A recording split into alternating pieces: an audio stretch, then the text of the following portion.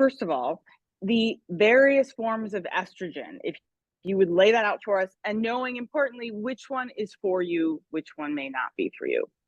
Right. Well, let me say estrogen in its various forms. You can take it as a pill, you can take it as a patch, a spray, a vaginal cream.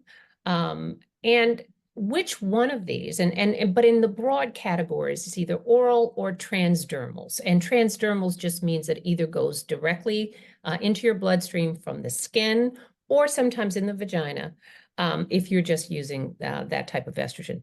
Which one to take is really not that important, to be quite honest with you. There may be certain special circumstances where a transdermal would be preferable, but I think that the overarching sentiment is this.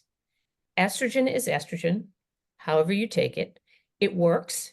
And whether or not you use a pill or a patch, it matters for convenience. Which one are you most likely to be compliant with? A daily pill, a twice-a-week patch, or a daily spray?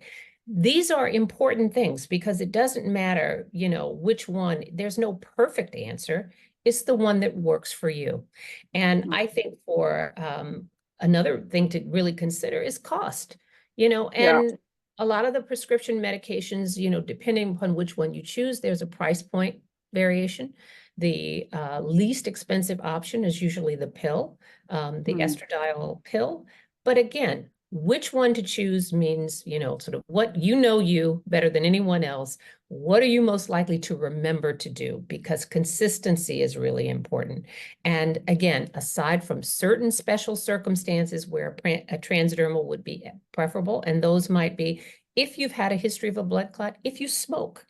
And that's something I think that women don't really understand, that smoking in and of itself is not a contraindication to taking estrogen after menopause.